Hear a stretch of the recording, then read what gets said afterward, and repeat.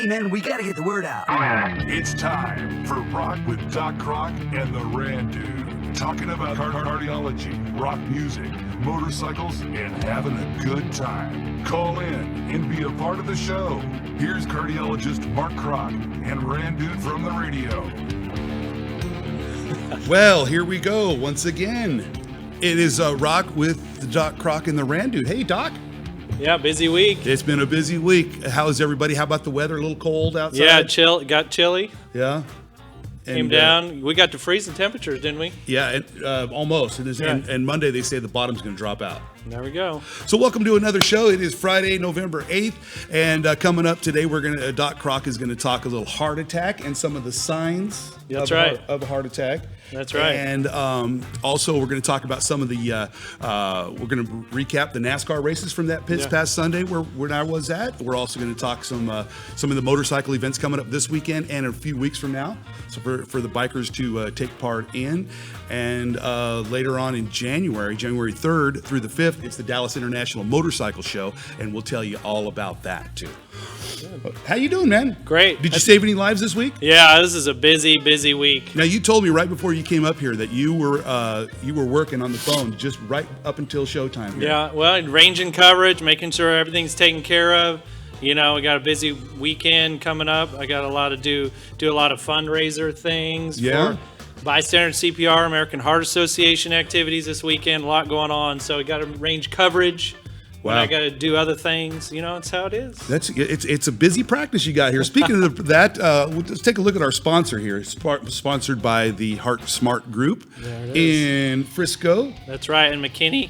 We got 2 offices. We've been busy, you know, growing quickly up in the area. Yeah. Everybody's got heart disease. Everybody's got heart disease.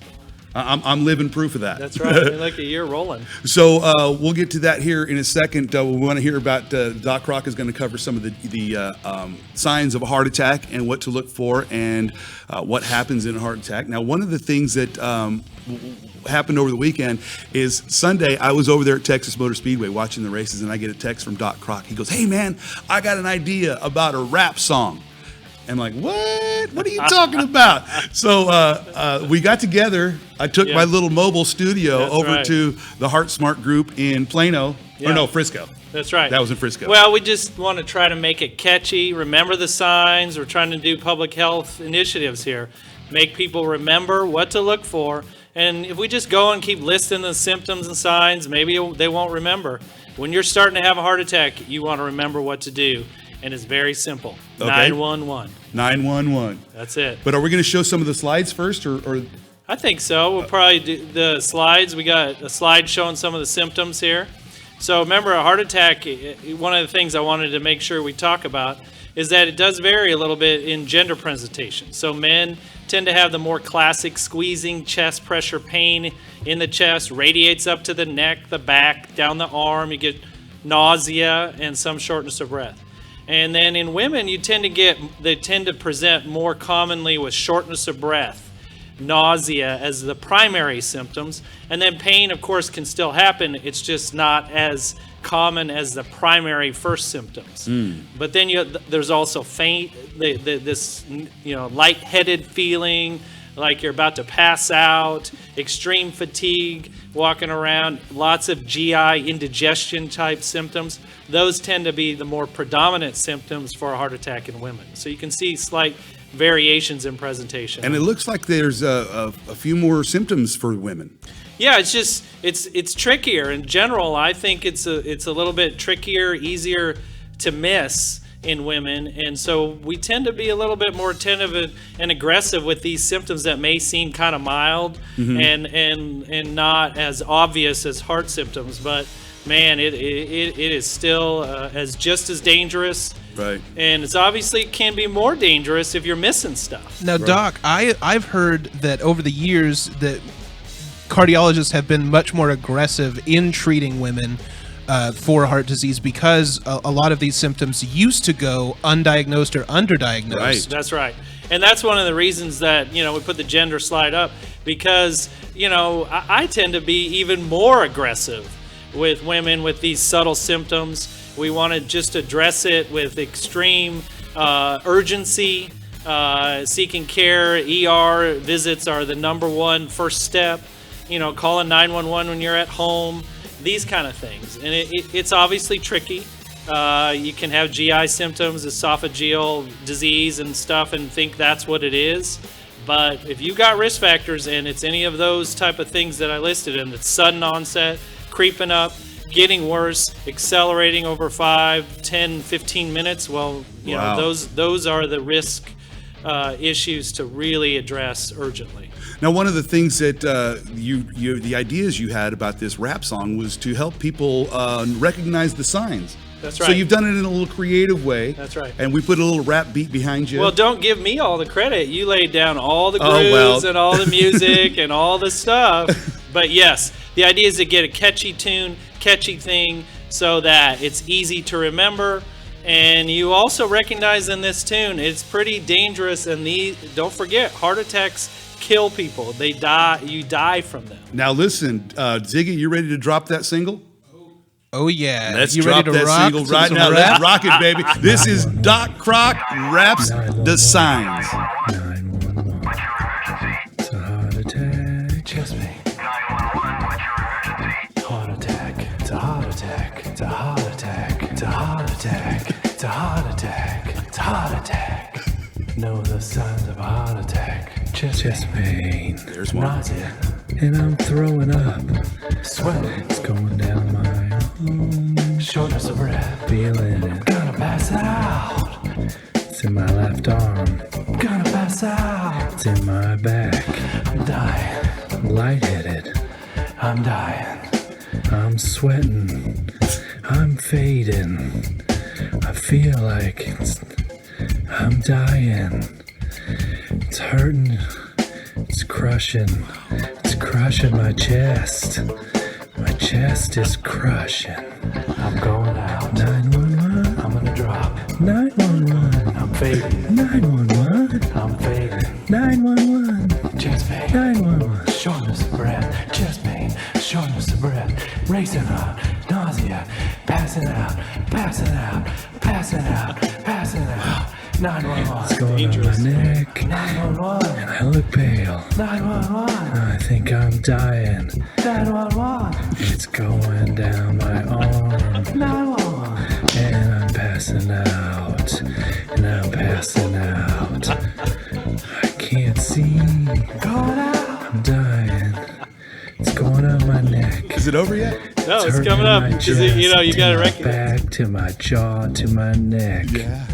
It hurts, hurts. It's over. I'm dying. I'm gonna die.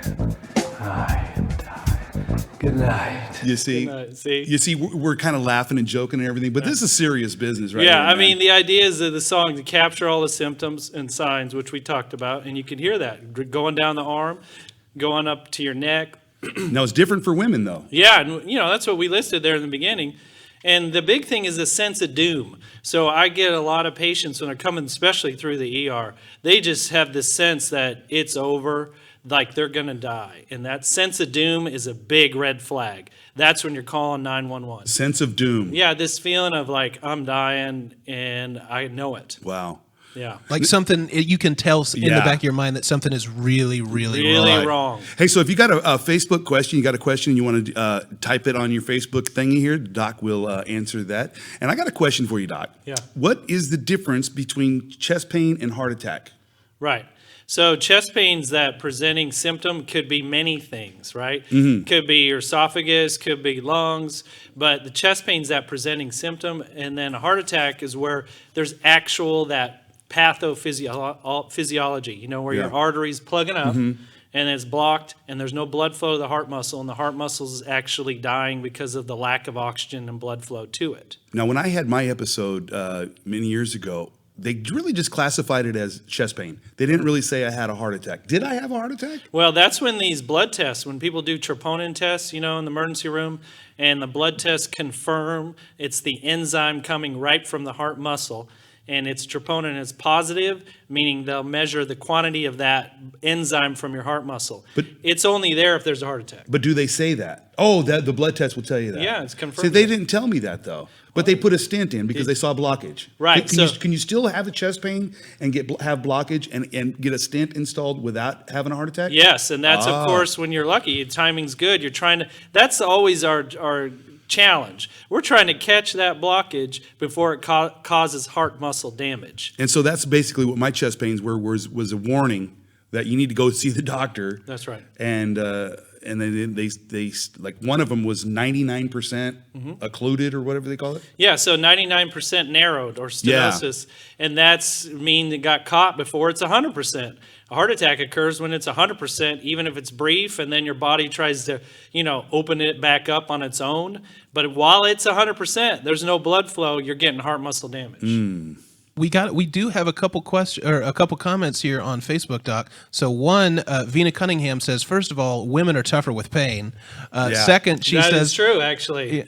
second, she says, how do you differentiate the symptoms of a heart attack from the symptoms of a panic attack? Yeah. Ooh, good question. Yeah, and that's a big challenge. And when you go through the emergency room, if the blood tests are negative and the EKG has no changes consistent with a heart attack, then you start to entertain stress testing, and that's when you start to differentiate. Okay, that could be a panic attack and not a heart attack because we have no documented objective evidence here that there's heart muscle damage happening.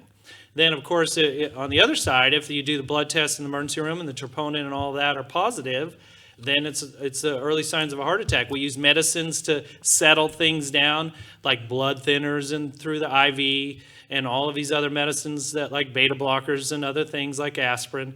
And then we can get you to the cath lab and then identify the blockage and the narrowing. And then that's when we prove that it's been a heart attack. So I've a follow-up on that then. So if someone comes into the ER with chest pains and showing some of the symptoms of a heart attack, but they have a history of panic attacks, would you still run those panels just in case? Yes, and that's exactly the reason for these very involved ER visits for hours, testing all of these things to differentiate the panic attack versus a heart attack.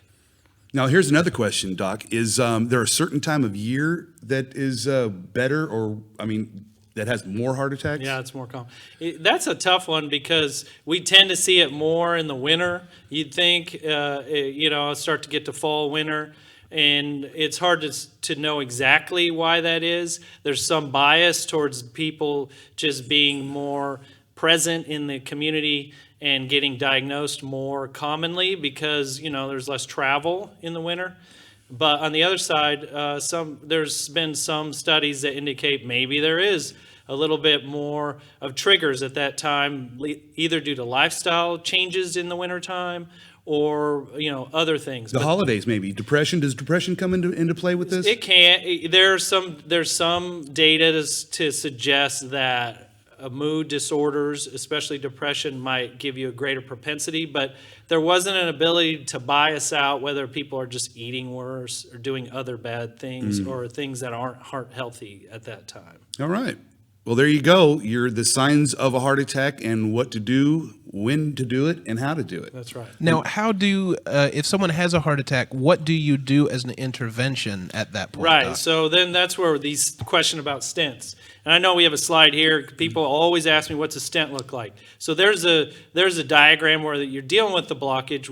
As you saw in the first podcast where we had the anatomy, we showed the structure of the heart with the arteries on the surface. Right. There's the arteries of the heart, coronary arteries. You see that balloon going through, and then affixed to the outside of the balloon is this wire mesh thing in the center there.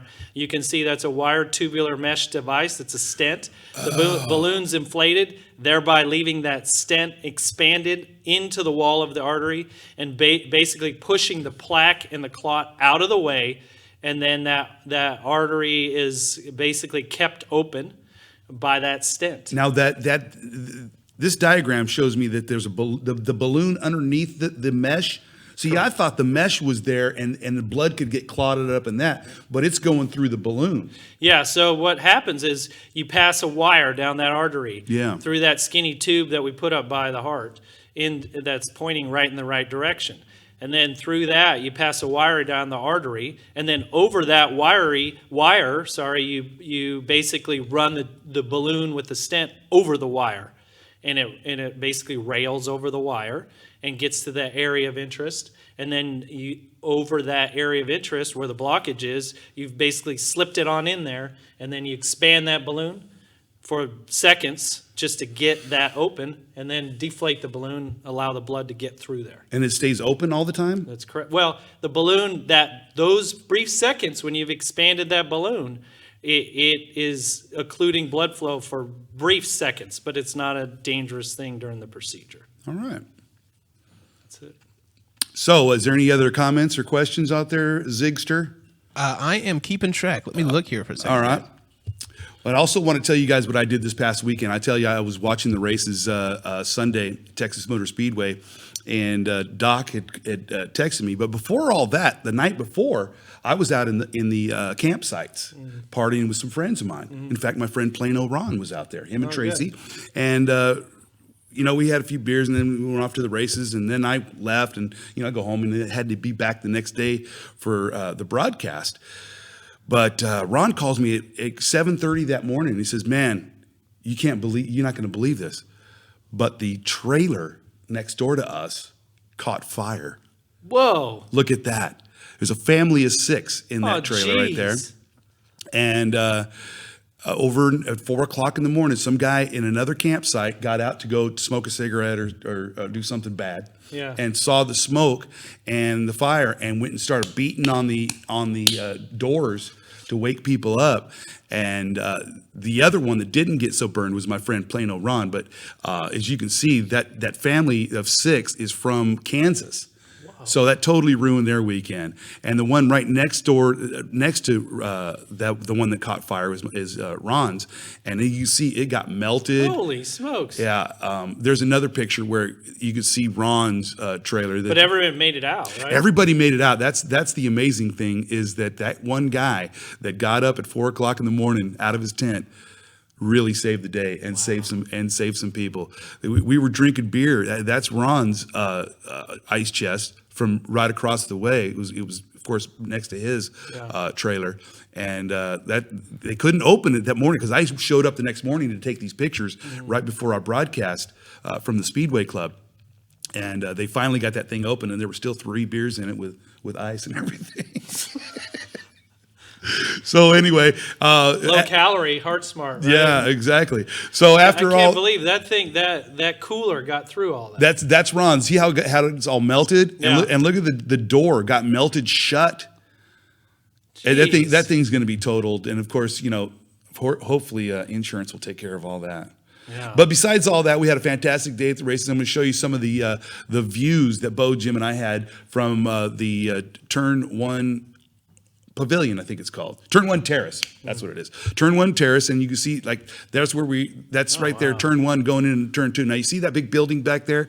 Those are condos. People live in there. Whoa. Yeah, You're man. kidding me. No, man. You can Jeez. you can own a condo there at Texas Motor Speedway, and it was a full day of fun. It was the playoff races, and Kevin Harvick won for the 3rd year in a row. This is a big important time for NASCAR when the playoffs and the end of the season, and these guys are going for the championship. That was the round of 8. Now after this coming weekend, they'll be down to 4 drivers. Kevin Harvick was in the one last week. He is going to be in the finale next week at Miami Homestead. That's looking at Turn 1. That's the front stretch, that big part in the middle underneath them blue and red seats there. And it's just a big time over there at Texas Motor Speedway. Have you ever been to the races, Doc? I have not. I have not. But you've been to the Stars. Oh yeah. That was the other thing we were going to talk about, hockey. Yeah, tell us about hockey. Well, I'm just a big Stars fan, and are you a hockey fan in general? Yes, yeah. I grew up playing hockey. Even in Seattle, they had hockey? Well, it's a long story. Before that, Oh, okay. lived in Colorado. Then moved to Seattle, and then there wasn't hockey in Seattle, so transitioned to football. Played football all the way through high school and to college and all that. but I never lost my love for the game as it goes. Gotcha. Do you So still now- play? Well, now no, I skate rarely. He's but too old. Yeah, now I'm on the medical team for the Stars. You're on the medical team. I saw that. Yeah. Yeah. What is it, medical team? Because doctor? the hockey players, their hearts are so healthy. It's unbelievable. I mean, it's just remarkable. Their performance, cardiac output, resting heart rates, all that. Oh, wow. So, but anyway, yeah, I was at the game on Saturday, Who won? and Stars won, beat Montreal Canadiens. Oh, right. Yeah.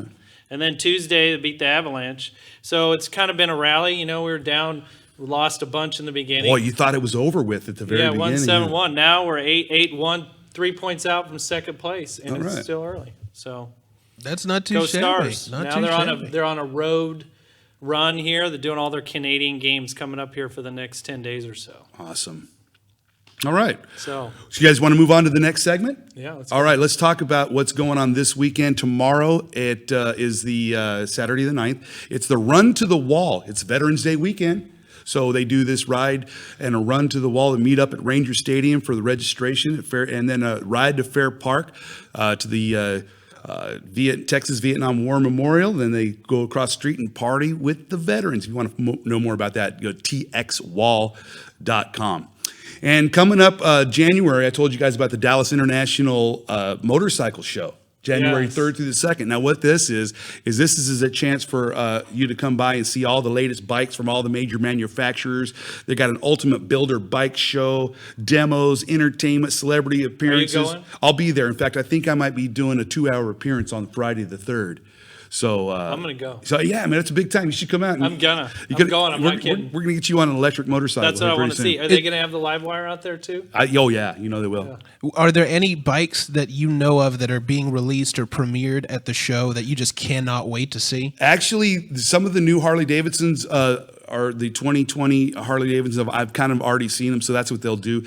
But Harley Davidson has this sport touring bike. I just saw it yesterday. It's called the Pan America, and it's got a whole new powertrain and everything. And it's kind of like a motocross kind of. It's something you might like, as being the motocross guy that you are. Yeah, right. So yeah, they've got a couple new models, but I like really looking at the sport bikes and the new Ninjas and the and the like. So yeah, it's always. And if a fun we're time. rookies at motorcycles like I am now, Yeah. we can come out and learn all Absolutely, kinds of absolutely. It's They not got just- demos and stuff. Yeah, okay. So it's not just for the hardcore. So anyway, that is in January. Coats for Kids Ride is coming up the Sunday before Thanksgiving. That's Sunday the 24th. It's the 9th annual Coats for Kids Ride benefit the Denton Independent School District. Bring a new coat for a kid. They've raised over 13,000 new coats for kids since 2011. It's a great cause, and it starts up at stadium up in Denton, the Denton High School Stadium, C.H. Collins Stadium. I think it's on Long Avenue, and then it goes for a little bit of ride, and then it'll end up at your kick-ass Harley dealer, American Eagle Harley Davidson in Corinth. And then coming up December 1st, a week after that, it's the Wise County toy run. This is a big one that I like doing. My band is actually going to be playing there at the kickoff at the Decatur Library, and then we ride over to Bridgeport to the Harwood Park in Bridgeport. They got some free chili, and another great band will be there, Ashmore. You see them on the left there. They're a fantastic band, and they kind of close the party out there in Bridgeport. And then on the week after that is the December 8th.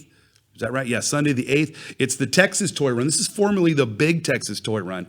And this starts in Dallas and Fort Worth. So we have two starting points that we all converge at Texas Live there near the ballpark in Arlington. And this is a great thing. It starts off at kickstands up at 11:30 from North Gateway Park in Fort Worth, and kickstands up at 11 from Maverick Harley Davidson in Corinth. And we all just kind of meet together, and we bring these toys, brand new toys for these kids. And I'm telling you, see Santa Claus right there? It is something to see, to get on that Texas Live stage with Santa Claus passing out toys to all these kids. It's such a cool thing. So we hope you can join us December 8th for the Texas Toy Run, December 1st for the Wise County Toy Run, also November 24th, that's coming up in a couple of weeks, at the Coats for Kids Ride.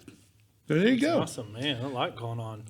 What's it like riding a bike in that cold weather? That's I love what it. I want to know. I love it. I love it. I love it. You got the right gear. Let's see, I got my leather jacket right here. You put some long johns on. You get some gloves. It's all good, man. The coldest I've ridden, and was after a Lone Star bike night at like 10 o'clock at night. I was riding home. It was 28 degrees, and I have these gloves. They're like Kevlar gloves, and I didn't feel a thing except the insides of my fingers. So yeah, that was it. Yeah, man, I'm good. How about you, Doc? Yeah, I may just chill. But ideal weather for me for riding is about 65 degrees. Yeah. Even I could see that. Even under 50, and I got a little threshold. If it's under 50, I'm putting on the chaps and really getting all warmed up. Yeah. So there you go. Okay. Well, I mean, that sounds like exciting time on the motorcycle ride. That I'm looking forward to that January 3rd. The Dallas International Motorcycle Show. We're gonna have to get you on a motorcycle and hook up a monitor. Or we should hook up a monitor to me because I'm a heart patient. You're not. Yeah, not yet. I'm trying to avoid that. Yeah. All right. Is there any other calls here? No, but right. I think it would be a good time to announce that I think that we're going on a holiday hiatus, right, guys? Yeah, we're going to come back January 10th, a week after the Dallas International Motorcycle Show. Yeah. And we'll be back with more fun cardio news. We're going to do cardiac arrest next. Cardiac arrest. And I think the doc has a new song in his brain that he's ready to Well, we were going through it already once. Get into the studio. It's going to be a little heavier. What are you doing? Rock. What are you doing this weekend? This weekend, got American Heart Association fundraiser. It's real fun. We're going to be up in Collin County doing a fundraiser to raise money and support for the bystander CPR type programs. Awesome. For the schools, learning CPR, it's amazing. The kids learn it now before the parents all the time. Really? All the time. Yeah. And then it inspires the parents. Right. And there's really no reason we aren't the best in the world at bystander CPR. We got a lot of We are Americans? Well, just in Dallas. Oh, I see. North Dallas. I mean, people are always, it's nice flat roads. We got a lot of people. We should be responding nicely. We got a lot of engaged people in public health around here. There's just, we should just keep learning bystander CPR and just promoting that. Now, one of the things I learned today from the good doc, as we came into the on-air media studios, is this stuff. Tell me about this stuff. Yeah, kombucha. Kombucha. Yeah, it's just a tea, bio drink. Basically. And it's good for you? It's very good for you. I've already had like 10 glasses. Yeah, you'll be jacked up on caffeine. Oh, there's caffeine in it? Lots of it. Man. I got to go to sleep, man. Yeah, it's good for the gut. It keeps you young, youthful. Yeah. All right. Well, listen, we're going to get out of here. Hope you guys have a happy Thanksgiving, Merry Christmas, a Happy New Year, and we'll be back right here with a brand spanking new show on Friday, January 10th. That's right.